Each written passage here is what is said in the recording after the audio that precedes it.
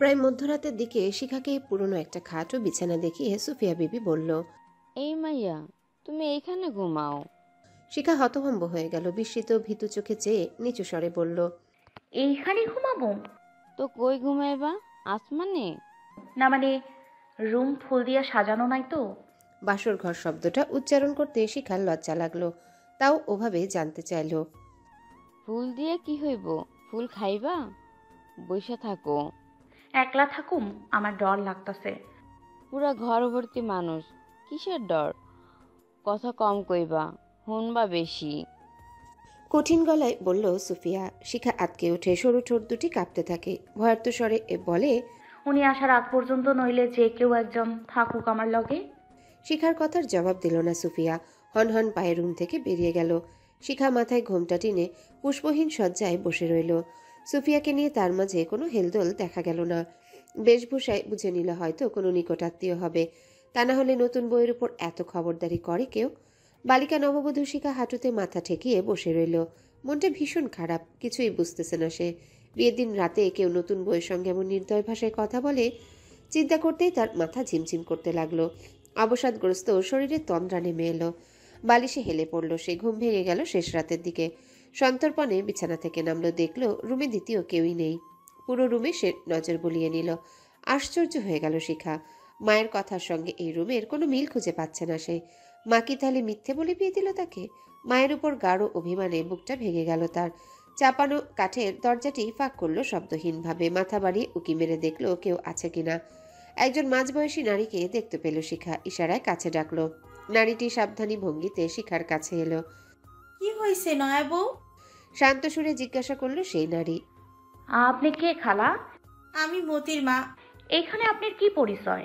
এই তালুকদার বাড়ির বহুত পুরানা বান্দি। সকলের হুকুম মান্য কইরা আমার কাম।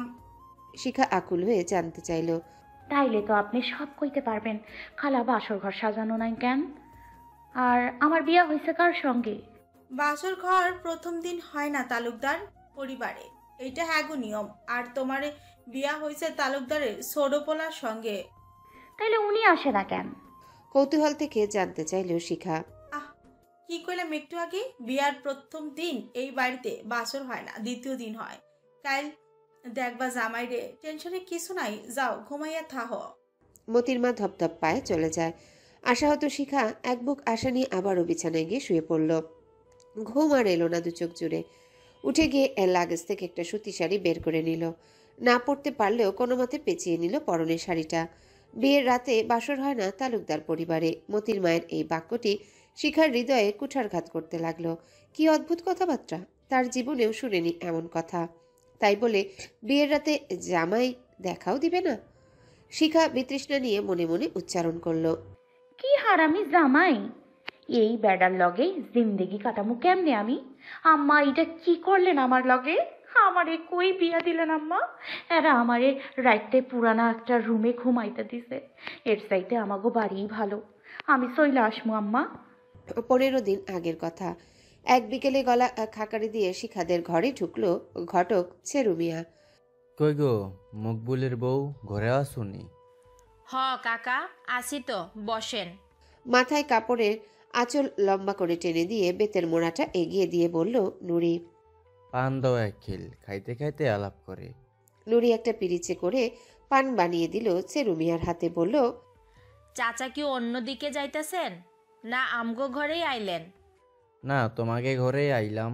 তা কেমন যাইতাছে তোমাগো দিনকাল? সব কিছুর যেই হারে দাম বাড়তাছে, চলান তো মুশকিল। ঠিক কইছেন চাচা।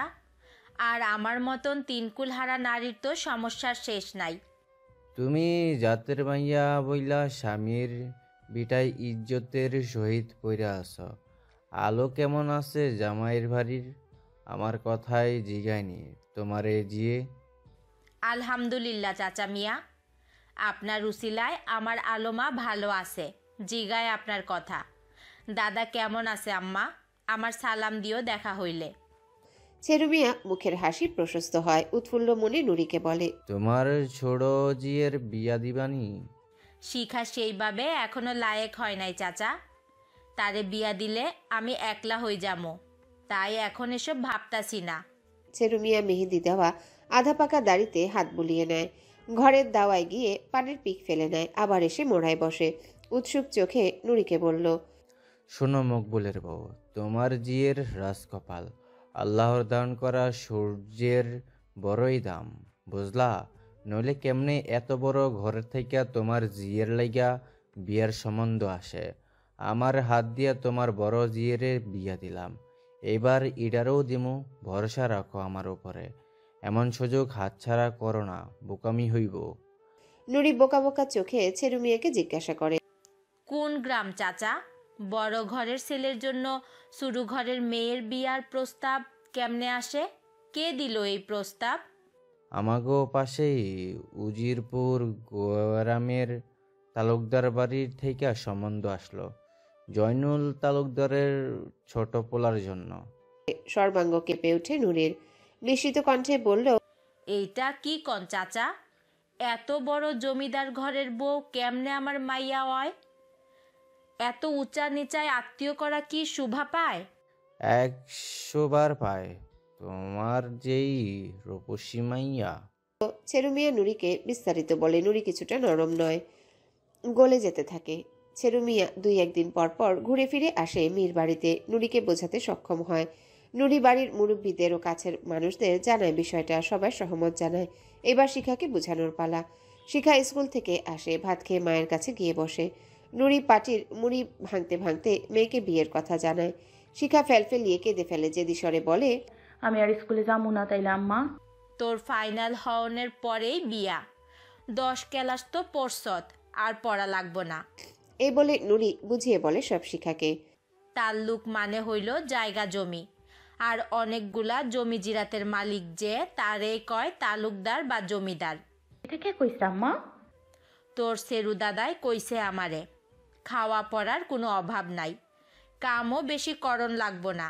হ্যাগো নাকি কয়েকজন কাজের বেটি আছে, তুই তো থাকবি স্বামীর আদরে সুহাগে, দেহিস। কিশোরী শিখার আবেগী মন নেই ছাপ পড়ে মায়ের কথাগুলো, চোখের কোণ চিকচিক করে ওঠে। মন কিছুটা সায় দেয়, লাদরাঙা মুখে উঠে যায় মায়ের সামনে থেকে। বিয়ের আয়োজন হয় সাদামাটা, তা নিয়ে কনে পক্ষের কারোরই কোনো খেদ নেই, কোনো প্রশ্ন নেই। নিম্নবিত্ত ঘরের মেয়ের বিয়েতে এই যথেষ্ট। ভোর হলে শিখা পা টিপে টিপে বের হয়ে যায়, বাথরুম খুঁজে বের করে, হাত মুখ ধুয়ে আবারও নিজের রুমে ফিরে আসে। তার অনেক ক্ষুধা লাগছে। ঘরের এদিক ওদিক দৃষ্টি ঘুরিয়ে দেখল শিখা, একরাশ বিরক্তি নিয়ে মনে মনে বলল, এটা তালুকদার পরিবার না, ব্যাককল পরিবার। নতুন বউয়ের ক্ষুধা লাগছে কিনা জিগাইবো না? কত বড় ঘর এদের, কতগুলা রুম। তাইলে আমারে অমন খুপড়ি ঘরে থাকতে দিল কেন? শিখার পানির পিপাসা পেয়েছে, রোজ খালি পেটে পানি খাওয়া তার অভ্যাস। রুমে কোনো পানির মগ নেই। বাড়িতে থাকলে এতক্ষণে নলকূপ চেপে খালি পেটে 1 গ্লাস পানি পান করে ফেলতো। এভাবে পানি খাওয়ার অভ্যাস হয়েছে তার অভাবের জন্যে। ভোর হলেই ক্ষুধা লাগতো। মা নুরি নিরুপায় হয়ে চাপকল থেকে 1 মগ তাজা পানি নিয়ে শিখাকে বলতো, নে খা আম্মা, খালি পেটে পানি খাইলে শরীর স্বাস্থ্য ভালো থাকে, অনেক ব্যারাম কাছে আইতে পারে না। শিখা দরজায় দাঁড়িয়ে সামনে তাকিয়ে থাকে, কাউকে দেখতে পেল না। পিপাসায় তার চোখে পানি এসে গেল, পেটে হাত দিয়ে চেপে রেখেছে সে। কিছু সময় পর রুমে নাস্তা নিয়ে প্রবেশ করলো একটা মেয়ে, শিখার বয়সী হবে। নেন ভাবি, নাস্তা লন। কে আপনি? আমি মতির বোন, খালু গো ফুড ফরমাস খাটি। ট্রে রেখে মেয়েটি চলে যায়। শিখা নাস্তাগুলোর দিকে নিষ্প্রাণ চোখে চাইল। 3টে আটার রুটি ও 1 বাটি বাসি বুটের ডাল, হাড় আলু মিলিয়ে গরুর মাংসের ঝোল, একটা বড় স্টিলের গ্লাস ভর্তি পানি। শিখা গলা উঁচিয়ে গ্লাসের অর্ধেক পানি খেয়ে নেয়। পরে খুশি মনে সব নাস্তা খেয়ে তৃপ্তির ঠেকুর তুলে। বাড়িতে হাড় আলু 6 মাসেও কপালে জোটে না। সময় আন্দাজ করে ট্রে নিতে এলো মেয়েটি। নতুন কাউকে দেখলেই তার নাম জানতে ইচ্ছে করে শিখার। ছোটবেলা হতেই মানুষের নামের প্রতি বিপুল আগ্রহ শিখার। সে মেয়েটিকে জিজ্ঞাসা করলো, আপনার নাম কি? আমার নাম জ্যোৎস্না। নামটা কি আপনার পছন্দ হইছে ভাবি যান? হ, নরম সুন্দর। কে রাখছে নামটা? আমার দাদা, হ্যার চোখে নাকি আমি জ্যোৎস্নার মতন, কিন্তু আমার চোখে আপনার জ্যোৎস্নার মতন সুন্দর লাগতাছে। শিখা জ্যোৎস্নার মায়ের নাম জিজ্ঞাসা করতে গিয়ে থেমে গেল। যার নাম তার মুখে শুনলেই বেশি ভালো লাগবে। বলল, সব সময় থাকেন এই বাড়িতে? না তো, আপনি গো বিয়া উপলক্ষে আছি, নইলে আমার থাকা লাগে না। আমার মাই থাকে পান্তা, আমগো রাজ ভাইয়ের ভাগ্যটা ভালো, কি টুকটুকা বউ পাইছে। রাজকে? ও মা, জানেন না আপনার স্বামীর ডাক নাম? শিখা মুচকি হাসে, কিছু বলে না। যাই, পরে চাষি আবার বকা দিব। এমনিতেই সবাই আমারে কৈতর কয়, আমি নাকি কৈতরের মতো হারা দিন কক কক কক কক করি। আবার সুযোগ পাইলে আসুমনে। আচ্ছা যান। জ্যোৎস্না চলে যায়। তার সঙ্গে কথা বলতে শিখার ভালো লাগলো। বাড়িতে হলে এতক্ষণে সে অনেক কথা বলতো, এখানে নতুন বউ হওয়াতে তাকে বোবা হয়ে থাকতে হচ্ছে। কেউ যেচে এসে কথা বলছে না, সেও নড়তে পারছে না, আম্মার নিষেধ। ভদ্রভাবে চুপচাপ থাকতে বলেছে, অতিরিক্ত কথা বলতে মানা করেছে। পান চিবাতে চিবাতে রান্নাঘরের উঠোনে এলো জয়নুল তালুকদার। কাঁঠাল গাছের ছায়ায় দাঁড়িয়ে সবাইকে বলল, নতুন বউয়ের সঙ্গে তোমরা সকলে পরিচিত হইছ? না বাবা, আমি হই নাই, সময় তো পাই নাই, অন্যদের কথা জানি না, বলল তার বড় ছেলের বউ রানী। আপনার যা উলাল কুয়ারা দেখলে গা জ্বলে। ওই ছোট লোকের মাইয়ার লগে কি কথা কমু? আমি সুফিয়া, চারটা পোলার জননী, তালুকদারের বিবি, মনে রাখেন। দেমাক না দেখাইয়া তুমি কথা বলতে পারো না সুপিয়া বিবি? কিসের ছোট লোক? খোদার দুনিয়াতে সবাই মানুষ, সবাই সমান। সে যেহেতু এই ঘরের বউ হইয়া আইছে, তারও একটা ইজ্জত আছে, তাকে আমরা সসম্মানে নিয়ে আসছি। সে নিজের পায়ে হেঁটে আসে নাই তালুকদার পরিবারে, আর রাজের অমতো বিয়ে হয় নাই। সসম্মানে যেহেতু আনছেন, তাইলে আপনি গিয়া ইজ্জত করেন, বোরে কোলে নিয়ে বসে থাকেন। ধইরা আনছেন এক ফকিন্নির মাইয়ারে, এক রূপ দিয়ে সব চলে না। স্বামীর মুখে ঝামটা মেরে কথাগুলো বলল সুফিয়া বিবি। এটা কোনো কথা? আমি নিয়ে আসছি বউকে, আর কেন নিয়ে আসছি তুমি জানো না? সুফিয়া বিবি স্বামীকে থামায়। জানি, কিন্তু খুইলা তো কন নাই, দেখা যাইব কত ধনে কত চাইল। সুযোগ পাইলে পিঁপড়াও নিজের হাতি ভাবতে শুরু করে। এই হুনেন, আপনি যান, আমি ডাইকা পাঠাইতেছি। জয়নুল তালুকদার জানতো এমন কিছুই হবে, তবুও সে শিখাকে বউ করে আনে তার ঘরে। প্রলম্বিত শ্বাস ছেড়ে সে ঘরের ভিতর চলে যায়। খুঁজে বের করে শিখা কোন রুমে আছে। স্টোর রুমের পর্দা ফাঁক করে ডাক দেয় শিখাকে। ঈষৎ হেসে বলে, বউ খারাপ লাগতেছে বাড়ির জন্য? শিখা নম্র হাসে। চাচা যান, আমারে নিয়ে যাইব কখন? জয়নুল হেসে ফেলে। শিখার মাথায় স্নেহের পরশ বুলিয়ে বলে, নিয়ে যাইব কাল সন্ধ্যায় বা পরশু সকালে। শ্বশুরকে কেউ চাচা বলে বোকা মেয়ে? ষোড়শী শিখা ফ্যালফ্যাল চোখে চেয়ে রয় শ্বশুরের দিকে। স্টোর রুমে শিখাকে এরা থাকতে দিয়েছে ভেবেই খারাপ লাগলো তালুকদারের। বেশ কিছুক্ষণ হয়ে গেল সুফিয়া শিখাকে ডেকে পাঠালেন না। তখন তালুকদারের মেজ ছেলের স্ত্রী সুমনা রান্নাঘর থেকে সুফিয়া বিবিকে বলে, আম্মা কি ভুইলা গেলেন? সোডো মিয়ার বউ এক রুমেই বন্দি কাইল থেকা। ফুল বানো গিয়া ওরে ডাইকা আনুক। সুফিয়া বিবি হৈ হৈ করে উঠলেন, ঝাঁঝালো স্বরে বললেন, সব দিল দরে দিয়ে আয়সা গেছে আমার ঘরে, আমি ভুলে যাই না কিছু। মনে থাকলেই কি হারে আনতে হইব ডাইকা? জমিদারের বেটিনি হেতি, এতজনের লগে কতক্ষণে পরিচয় করাইব, হাঁটতে ফিরতে চেনা হইয়া যাইব। নিজের চরকায় তেল মারো। তোমার শ্বশুরের মিছা কথা কইছি, নইলে তারে পার করণ যাইতো না আমার সামনে থেইকা। ফুলবানু ও জ্যোৎস্না আড়ালে বিদ্রুপের হাসি হাসি সুফিয়াকে নিয়ে। তাদের কথা হয় চোখের পাতায় পাতায়। একটা কাশির শব্দ শুনে শিখা আঁকি পল্লব তুলে চাইল। একজোড়া পুরুষ চোখ তার দিকে পলক্ষীনভাবে চেয়ে রইল দরজায় দাঁড়িয়ে। শিখা সংযত হয়ে বসল। Hey miss lovely, nice to meet you বলে যুবকটি হাত বাড়িয়ে দিল। শিখা অচেনা দৃষ্টি নিক্ষেপ করে চুপ রইল। যুবকটি বলল, তুমি তো বালিকা পুরাই মাখন। রাজ পরিবারে সুস্বাগতম তোমাকে। শিখা নির্বোধের মতো চেয়ে রইল যুবকটির পানে। বলল, কে আপনি ভাইয়া? ওহ শিট, কিসের ভাইয়া? Just you are my friend, Simanta আমি।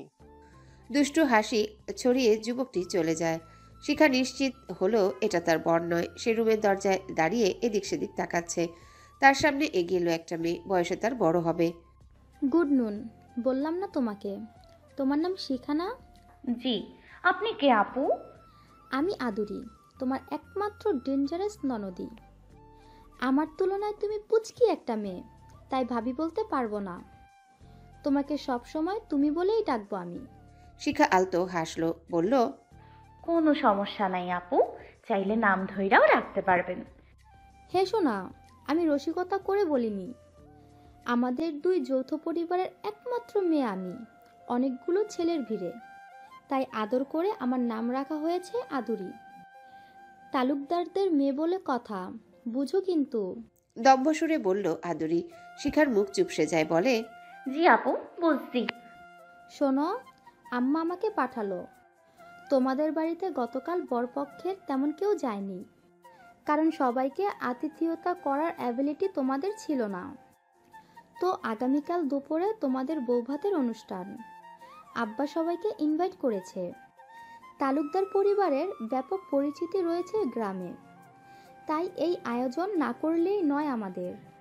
তুমি ভালো করে তৈরি হয়ে নিও। সবাই তোমাকে গিফট নিয়ে এসে দেখবে। শাড়ি পরতে পারো? না আপু। সাজতে পারো? না আপু। আদুরির মুখ হা হয়ে যায়। তো পারোটা কি? কেবল সুন্দর হলে চলবে? স্বামীর সংসার করতে আসছো, কিছু গুণ তো থাকা চাই। আচ্ছা, কাল আমি রেডি করে দেব তোমাকে।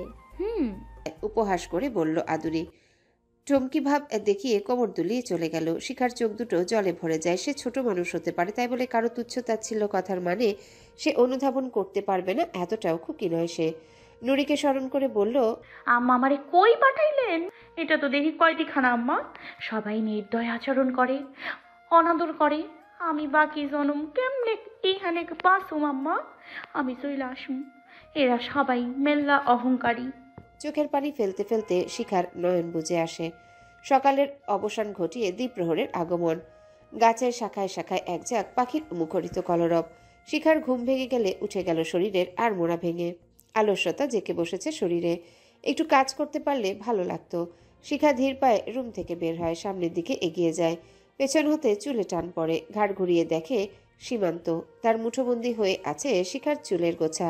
শিখা আড়ষ্ট হয়ে যায়, ভ্রুকুটি করে চায়। অমন করে কি দেখছিল অলনা? বাজে কি বললাম? বাজে কি করলাম? তোমার কেশের একটু সেদা গন্ধ শুকলাম, এই তো।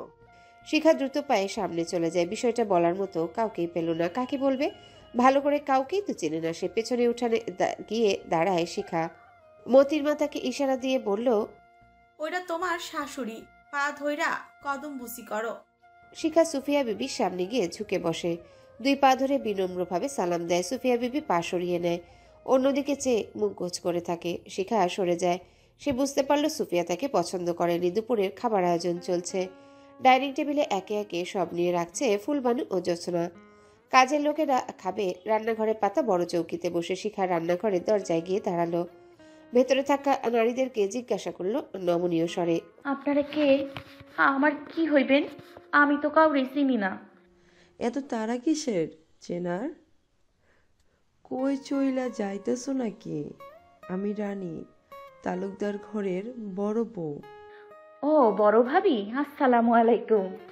আমাকেও কোনো কাম দেন ভাবি, বইসা থাকতে মন চায় না। এখন কইতে হইব না, কত করতে পারো দেখা যাইব। কাম ছাড়া তালুকদার ঘরে তোমার আর কাম কি? রুমে চইলা যাও, খাওয়ান দিয়া আইব। ফোড়ন কেটে বলল রানী।